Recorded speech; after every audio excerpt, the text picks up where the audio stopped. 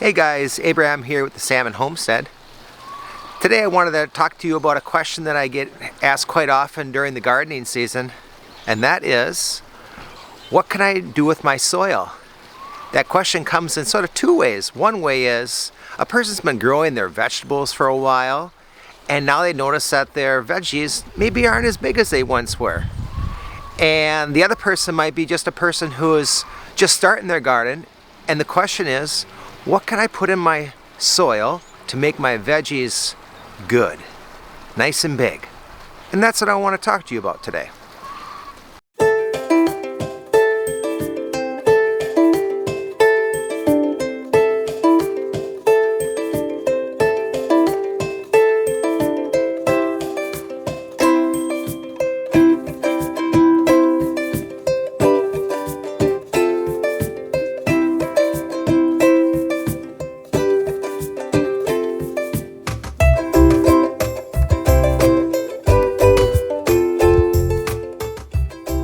Year after year, when you plant your garden, you're taking produce out of your garden, maybe tomatoes, peppers, sweet corn.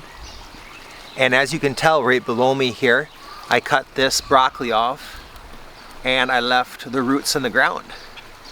So ultimately that means that I removed 2/3 of the plant. 1/3 of the plant was the product, the produce, the pepper or the tomato. And the other third that I removed, hey Cooney. The other third that I removed was what the plant grew on above the ground. And then I left 1/3 in the ground. So now we need to put back into the soil what we've taken out. And in order to do that, we're going to amend the soil. Let's gather up the amendments that we're going to combine to put into the soil.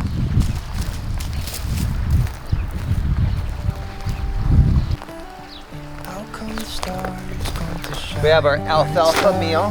From so far away, show us where we are. What makes the sun go to sleep every night, and what's it dreaming of? A bag of nature's kelp that's good with minerals.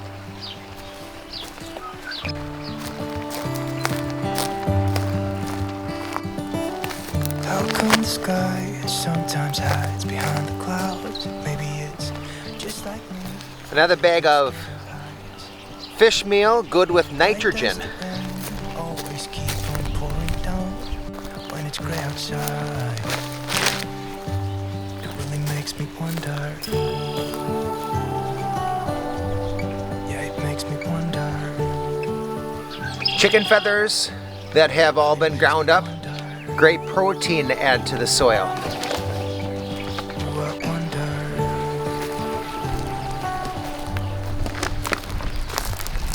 How come the trees get undressed when it's cold? And don't they miss the leaves they left behind? Could it be to Last but not least is humic acid. This is going to help the micronutrients get taken up into the plants. It really makes me wonder. Yeah, it makes me wonder. It really makes me wonder. Oh, I wonder.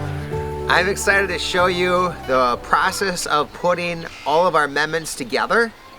I have our scale, because each part is going to be a certain percentage in which I'm going to put to pounds. I have all of our ingredients here that we're going to put together into one of our chicken feed sacks. So this chicken feed sack holds about 40 pounds. So that's what I'm going to do. I'm going to put all of our meals together, such as our chicken meal, our feather meal, and our kelp meal. Each of those are going to be at 25%. So that's going to be 10, 10, 10. And then in the last 10 pounds, it will be our kelp and humic acid. So I'm going to do the kelp and humic acid first because there's less of that. Shake it around in here, and then I'll add in 10 pounds of each other, mix them up, and then I'll have a bag to have all my amendments in. So as I'm going down our different rows, I'll have it right available. And then when I need to make more, I'll just make more of that same amount when I get to it.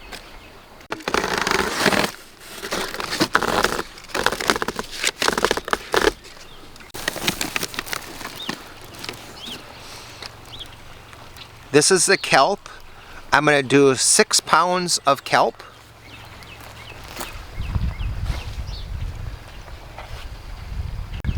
This is going to give me 15%. 2.88, so I need to do one more like that.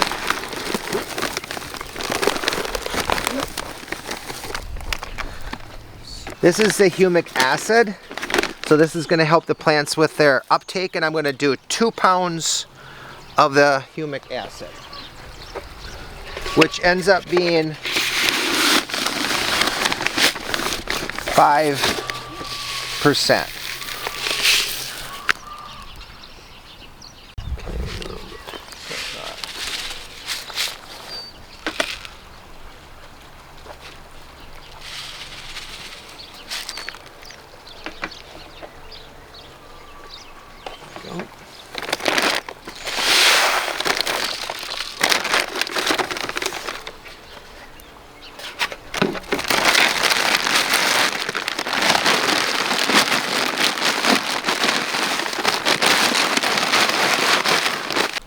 So you can see in there they're mixed up. And now I'm going to add in the 3 other kinds which they are at 25%. So that's going to mean 10 pounds of each one. I think what I'm going to do is, I think I'm going to do 5, 5, and 5, mix it up, and then I'll do another 5, 5, 5. This one here is the fish meal.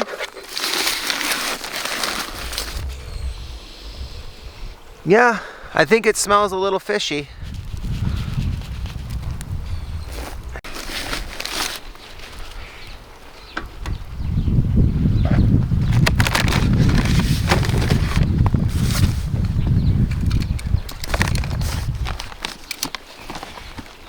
This one is the poultry feather.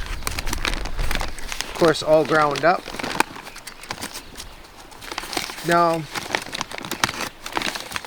if you know somebody who has feathers, you could grind them up yourself. All right.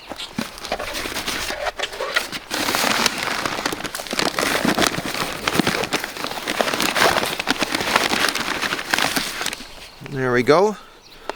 Our feather meal.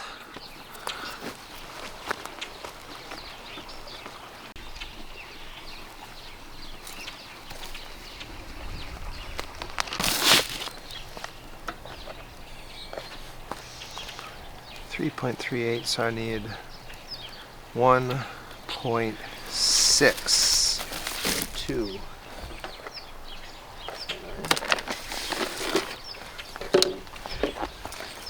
Alfalfa meal.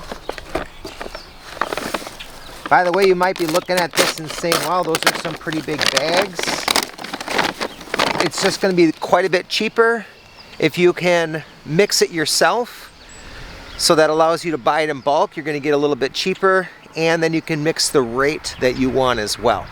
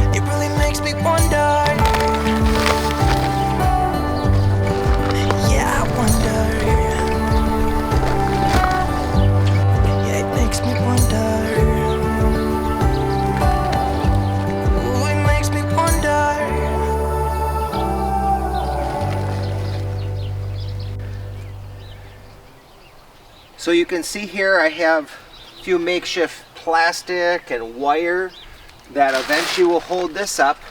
And the reason that will be is we are in April and we're in Wisconsin, zone 5 in this area. So our nighttime temperatures are still going below freezing. My plan is to put some lettuce and spinach and maybe a few onions under here. So that's why the plastic is here. It's on the south side of the house, so it's going to get some great sunlight. But before I put those amendments down, I'm going to do a little aerating with this in the soil. I'm going to use my potato fork here. And all I'm going to do is put it into the soil, back and forth a little bit. Bring it back a little bit just so I see the soil lift. And then bring it down again, just so I see the soil lift. And all I'm just going to do that, and that's going to help open up the soil but not invert the soil. So I'm just going to do that back and forth here just a little bit. Some of you may ask of why I'm not putting the tiller in here. Well, the first obvious reason would probably be I have all of these metal, everything around trying to hold up my plastic, so you really can't get a tiller in there. That would probably be the most obvious reason. But if I thought a tiller would be better, I would have my little tiller in here. But the reason why I am just doing it this way and not inverting the soil is it's going to keep the layers of soil without disruption, and therefore the good bacteria and the microorganisms that are all growing in there, they're not being disturbed in their homes. Rather, all I'm doing is creating a little air pockets in there, so that way the amendments can sort of fall in and I'm not, well, disturbing the soil and breaking up what the soil naturally is doing in trying to produce awesome soil, feed the worms. So speaking of worms, there's a worm right there, right near the surface. Probably was, oh, look at that, there's that really little worm. Here's another worm, look at that, in that little spot there, 3 worms. Oh, there's another worm. So worms, of course, they're going through your soil and eating those roots that you left behind. And then anything that goes in the worm is coming out as awesome poop. Great nutrient for your soil. So if you're wondering how is my soil, dig down with your potato fork or your shovel, or maybe you're cleaning out a few weeds so you have to go a little deeper and invert your soil just to make it a way to garden. Good soil is going to have worms in it. If you don't have worms, you're going to want to feed that soil with some compost, which we are going to put on here. Because compost is going to feed worms. You're going to want to put those amendments in, because that's going to feed other small living creatures in the soil. All of that's going to help build good soil and make your veggies grow really well year after year. This is how to amend soil. I'm going to sprinkle in our amendments that we combine together along with the compost.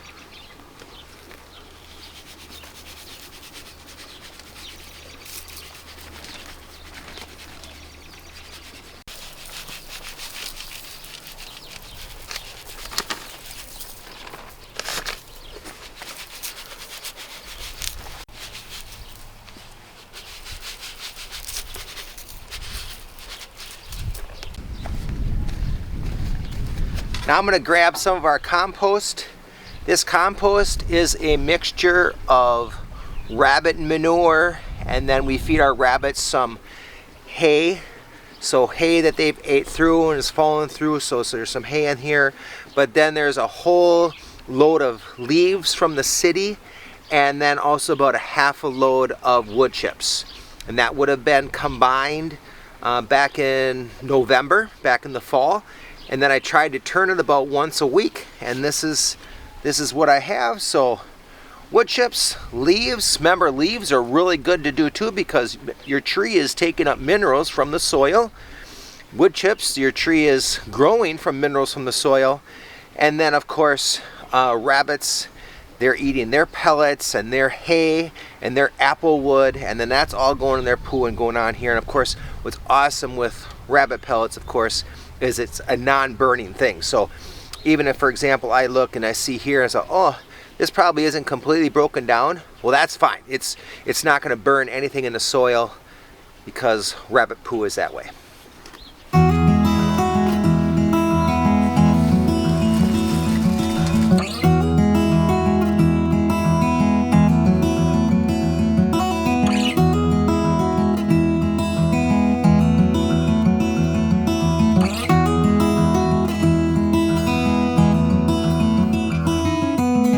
I know that you are having a hard time right now.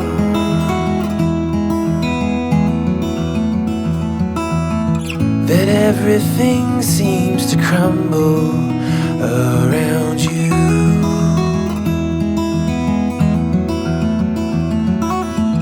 I know that you feel all alone in this world, but you have to put your trust into us, and we will help you through. 'Cause we only want what's best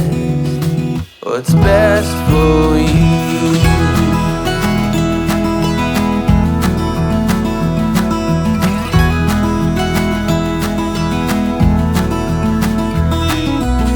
I know that you are having trouble believing right now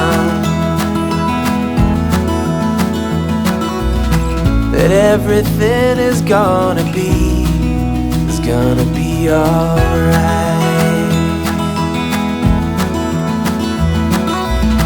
I know that you feel all alone in this world, but you have to put your trust into us, and we will help you through. 'Cause we only want what's best, what is best for you.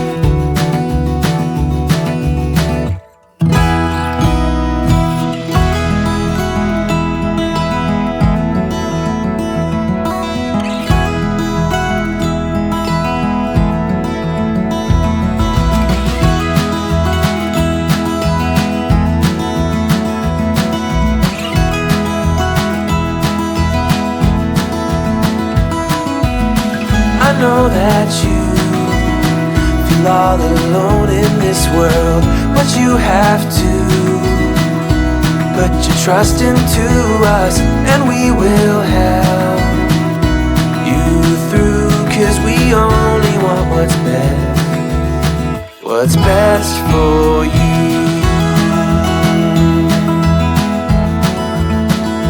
For you. What is best for you.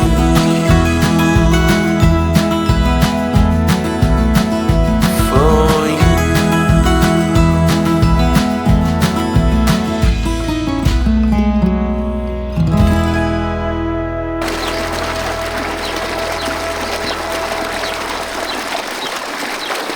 Alright, so I'm getting the water to water our plants over there. I dip into our pond. We have goldfish in here. And then this is the water that we've been using for watering the plants in the greenhouse as well.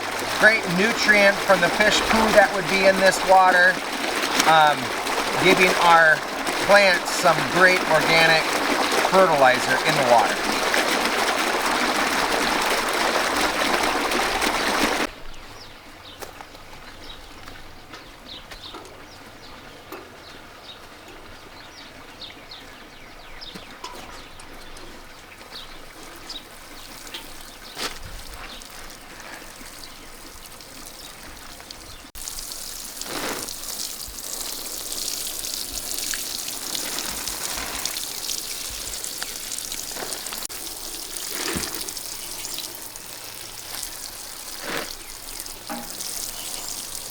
I hope you enjoyed seeing some of the amendments and the process that goes into putting some great nutrients back into the soil, to seeing the soil moved around a little bit to prepare the soil, and then eventually blending in the nutrients in the soil, compost, and then putting in our product, which today was lettuce and spinach.